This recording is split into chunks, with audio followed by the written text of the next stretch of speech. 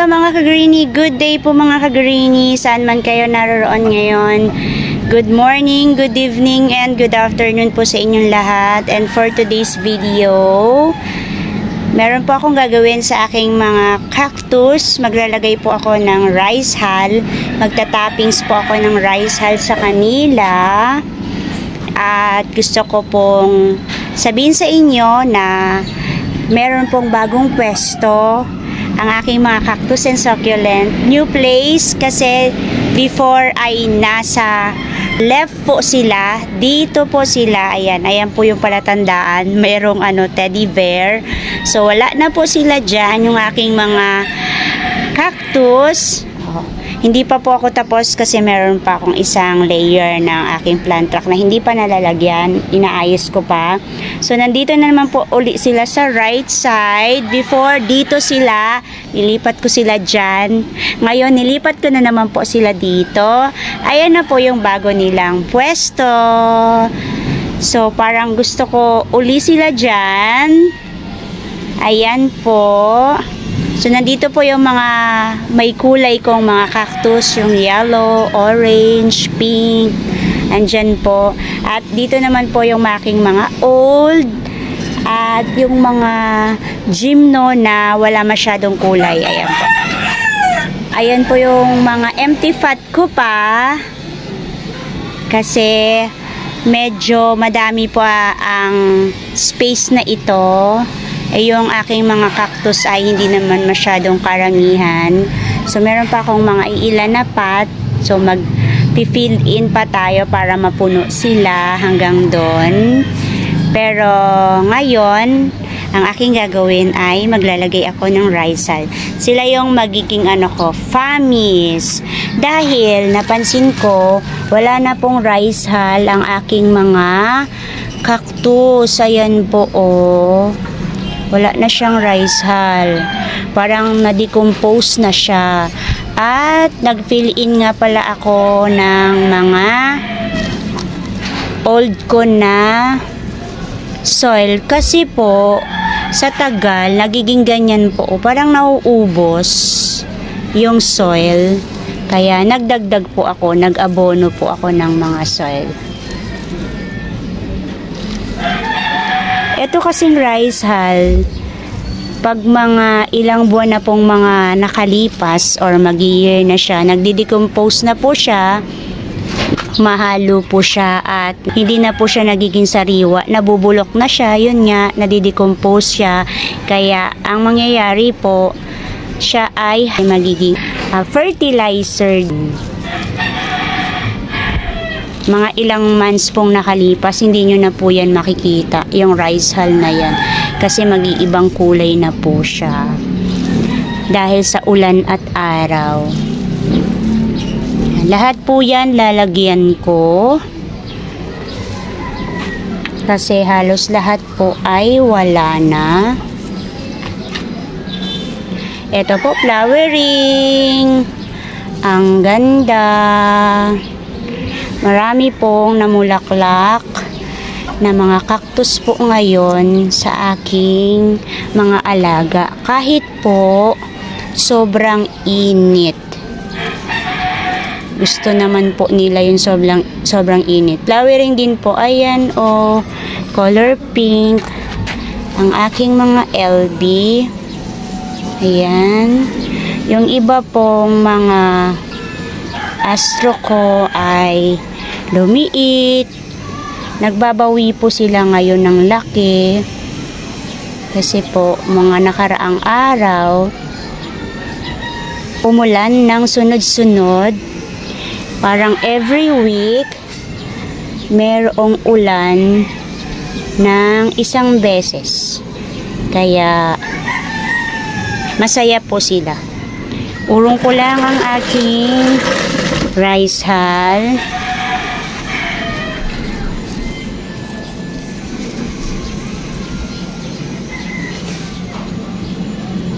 Maganda rin pang toppings yung rice hull po pag wala kayong famis. Pero ako po, hindi po talaga nawawala yung famis ko po.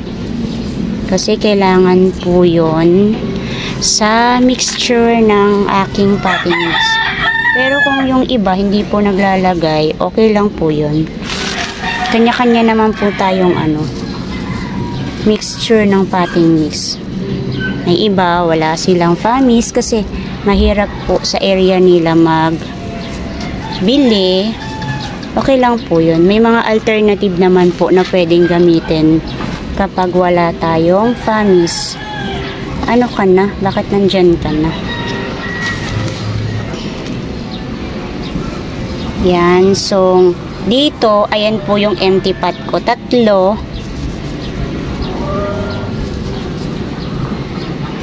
Tatlo na lang. Pero meron naman po akong ipopropagate na cactus ko.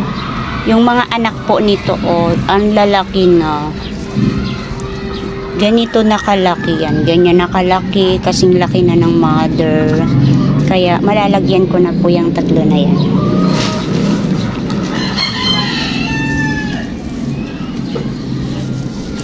Cute po nila tingnan kapag may rice hull. Ito si Domino. So ngayon ko lang nalaman na siya si Domino. At ito si Chin na namulaklak siya ngayon. Sobrang ganda niya. At ito si Tomato. Tomato daw sabi ng aking anak. Mama, mali tomato, tomato. At urong tayo.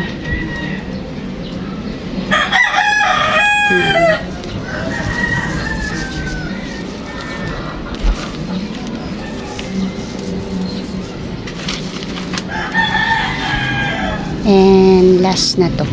Meron pa pala. So, dito tayo sa taas.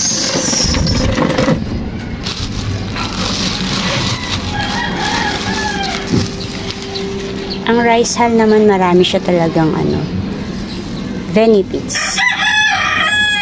Ito ay fertilizer.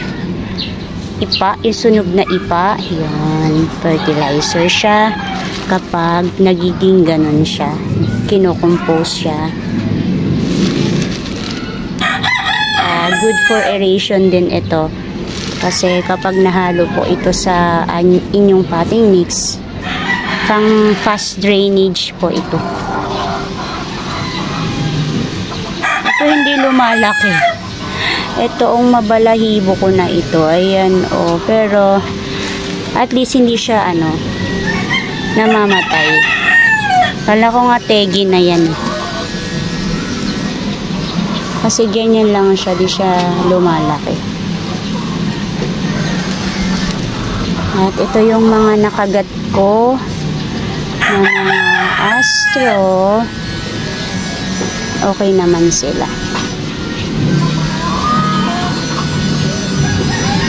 Hello Moon Cactus at aking golden barrel. Nakadalawang pot siya kasi yung mga nakaganito, ililipat ko na siya sa malaking pot. So, dito na tayo sa mga may kulay na cactus. Last one pa pala to. Yan. Madami siyang famis. Ang marami sa kanya famis. Ayan dami yan. Tinatakpan ko na nga lang ng ng mga reuse ko na soil. Kasi kumukunti sila sa tagal. Parang natatapon sila. Bumababa sila. Nauubos yung soil kapag nagdidilig ako. Yan. May mga kasi pinropagate ko. Ayan po So, tatakpan ko na lang siya. Okay lang din naman po yan. Ano naman siya. Magaan lang naman yung rice hull.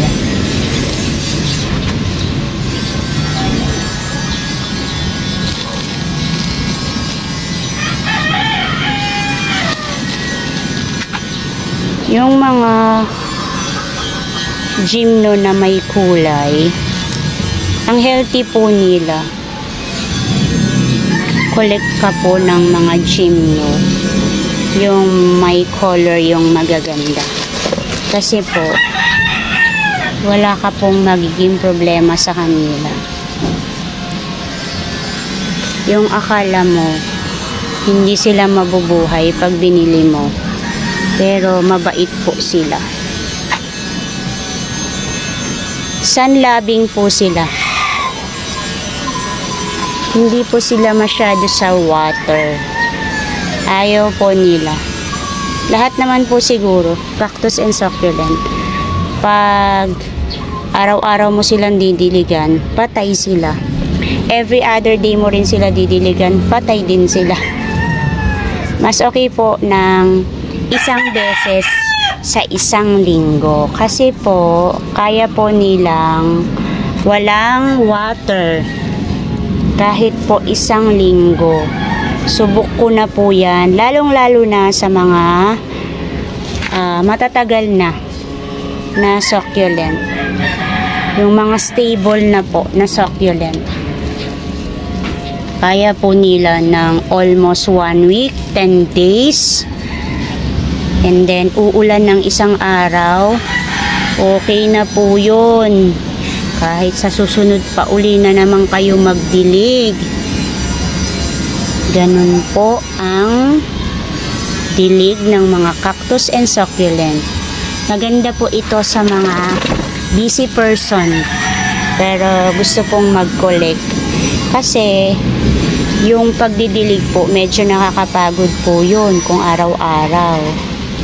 Kaya kapag busy person ka, nag-work ka, gabi ka na umuwi, tapos pag gabi pa pagod ka na, so pwede ka sa cactus and succulent. Kasi isang beses mo lang siya didiligan. Yung off mo ng Sabado, di doon mo lang siya diligan. Or linggo off mo, doon ka lang magdidilig. So di siya nakakapagod. Monday to Friday kung nasa work ka, wala kang dilig, okay lang po yun. Tapos didiligan mo siya ng linggo, diba? Walang kapagod-pagod. At saka yung sunlight nila, kahit po morning lang, wala kang afternoon, okay lang po yun sa kanila. Pag wala ka naman pong morning, afternoon lang sa'yo, okay lang din po yun. And that's it for today mga ka-greenie. Kung love po ninyo at nagko-collect din po kayo ng mga plants kagaya ko, cactus and succulent, please po, palike po ng video ko na ito. Pa-share na rin po. And don't forget to subscribe. Ana Duran po. Meron po akong FB page. Doon po ako nag-update ng aking mga pictures, reels. Papalo na lang po. Ana Duran po yung aking FB page. Thank you Lord sa araw na ito. May God bless you all. Bye-bye po mga ka-greenie.